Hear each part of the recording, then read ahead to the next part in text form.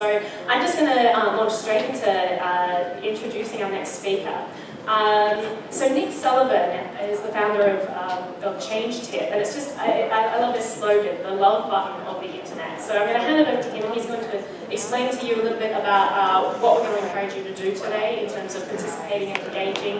As I said, this is a conference for cross-pollination and engaging with other people, so we really do encourage you to participate in the Q&A, and not just listen to the expertise on the panel, but also provide your own expertise, because there are just some really, really good kids. Thanks so much. Thank you. I think let's turn off. My mic? Hi everybody.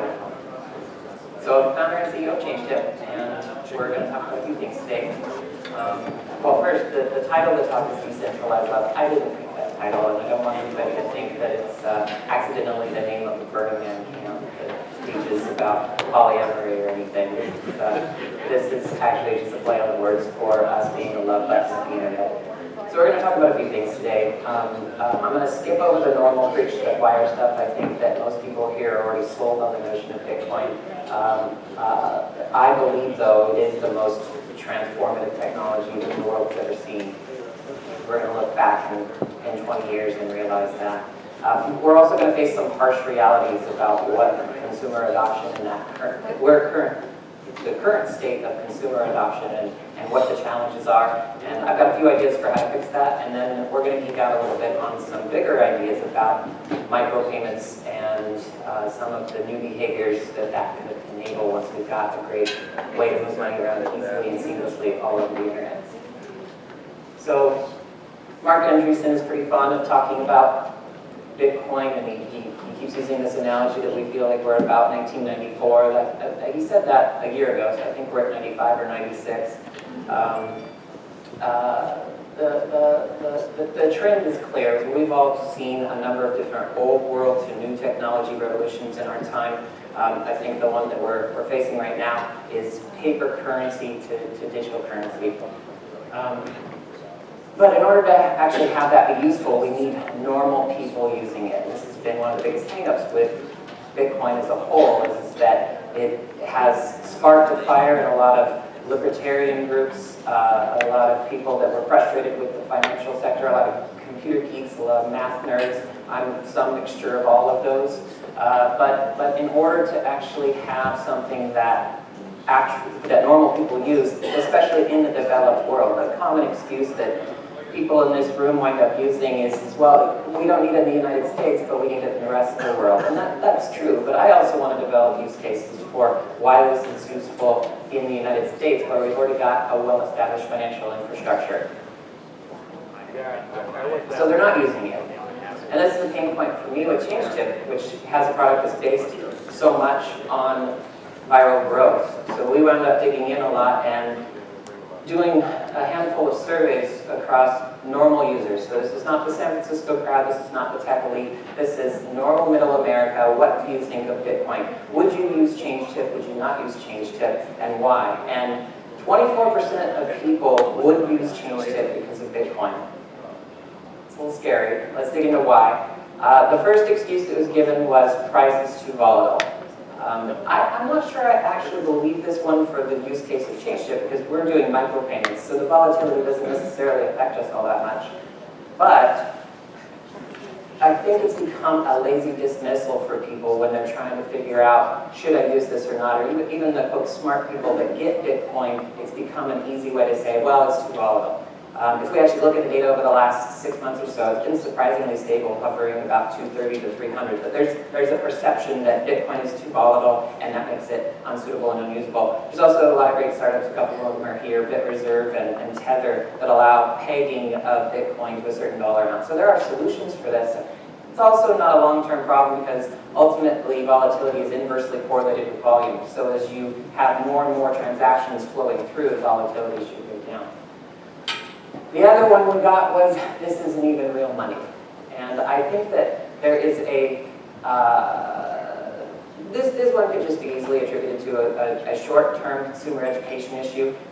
They don't necessarily know what's going on. But this last one was actually, I believe, the more damning one, which was effectively, I don't trust it.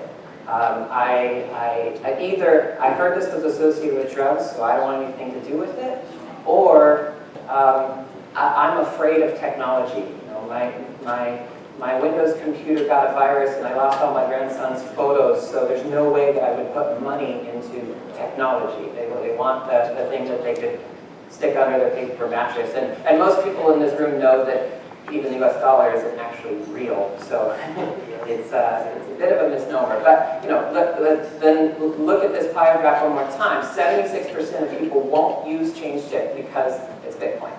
That was a tough pill for us to swallow. So, and then it's compounded in that with ChangeTip, even if we get the 24%ers who are willing to use it, they may be reluctant to spread it to their 76%er friends because they're worried about what they might be thought of them. So that's the bad news.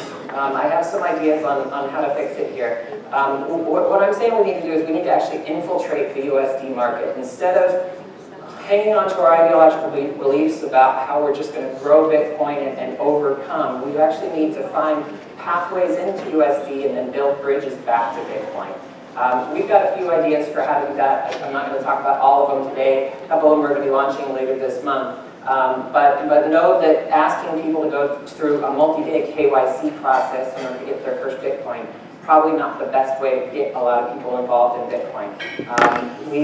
We also need to work through, not only do what Brock said earlier about just use the Bitcoin behind the scenes without them necessarily knowing about it, but get people started with USD and then show them how Bitcoin is better because of lower fees, because it works internationally, because it works anonymously, because it's not centralized. There's all kinds of advantages, but those have to be slowly introduced to people to overcome the consumer perception issues that I was talking about earlier.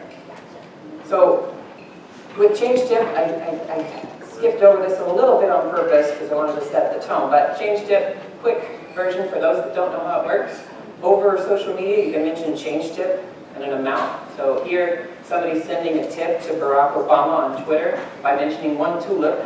We were kind of making fun of ourselves at the time. And ChangeTip. So what happens is we'll see that ChangeTip was mentioned. We'll go grab this tweet, parse out the amount, and then send that person a response to the tweet with a link for them to collect.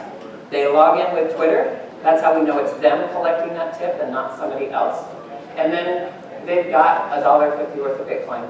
It works on Twitter, Reddit, GitHub, bunch of different sites, and we're adding more all the time.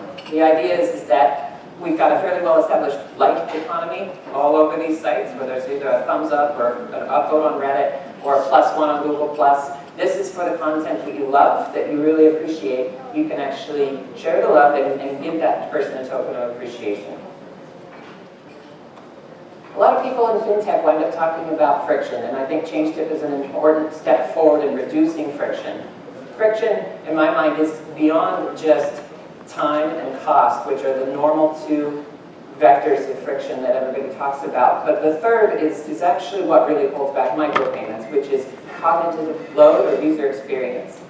If I see a donate with PayPal button off to the side of my favorite blogger's site, I don't click on it. And the reason why I don't click on it is not because I'm cheap. I actually want to give my favorite blogger a coffee. But I go through the mental accounting of, is it going to be worth it to go through this action? I have to go off-site, break my flow, enter my username and password. Is PayPal hooked up to the right account yet? And it's already too much work. Most importantly, it breaks the flow. So we think that an important piece of building a good micropayments infrastructure is to make the whole process easy and have it integrated within all the respective social media sites. Once you do that, you start to see that as you reduce friction around payments, new human behaviors are able to be created.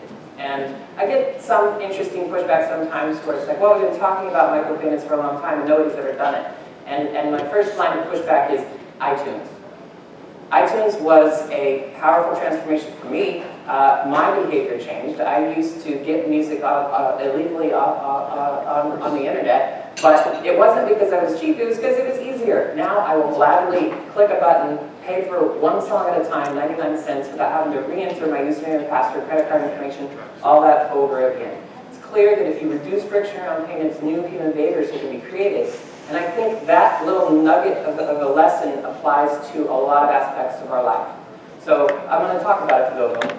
We're looking at this then as ChangePoint is a micropayment infrastructure for the web, and there's all these different spokes that can be enabled off of this micropayment infrastructure once it's established over the internet. Once it's become the easiest way to move money around over social media and user-generated content sites, lots of good things are going to happen.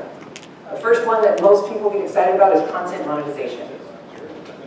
I don't think anybody in the room likes ads. Publishers don't like ads. Nobody likes ads, but somehow we've lazily accepted that that is the only way to monetize content. We've accepted that in order to pay for using Facebook, we're either going to pay with our attention, or we're going to pay through our eyeballs, or we're going to pay with our data. I think that what we've been missing is a direct connection between the people producing the content and the people consuming the content, or the people providing the service and the people willing to pay for it. And if we can get that down to a small enough amount, everybody's going to be happy. User growth, the same thing, just as the online advertising ecosystem has interjected itself into the content production and consumption value chain. Facebook and Google and others have gotten us comfortable with this idea of paying them to have users do stuff. And we'd like to create a direct connection between product owners, product marketers, and end users. Rubber meets the road example, instead of paying Facebook $5.60 for your LTV mobile app of $5 and or of $6, pay the user $1 directly to try that out. Mesh Networks, 21 Inc., they're working on a micropayment infrastructure for machine-to-machine payments. I think there's something real interesting here about being able to share printers and appliances.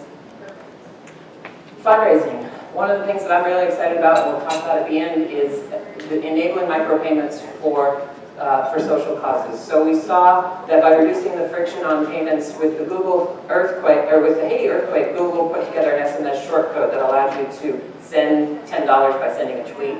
We also saw the Ice Bucket Challenge that showcased the power and virality of social media. I want to pull the two together, and we're going to do a campaign a little later this month that allows you to donate 10 cents or 20 cents or whatever you want by sending a tweet, and we will do all the work to take care of that for you and enable micropayments over social media. Micro labor, this one gets me really excited because I think there are a lot of different reasons for economic disparity in the world. At least one of the reasons is how difficult it is to move money around to the people that need it. So as we make for a true global digital currency and allow for small amounts of money to be moved around efficiently, we're going to be able to tap into people that are willing to do small amounts of work. They just happen to be in a different country. Pay-as-you-go services like Evernote and Dropbox. There's this big wall right now between a free user and a paid user.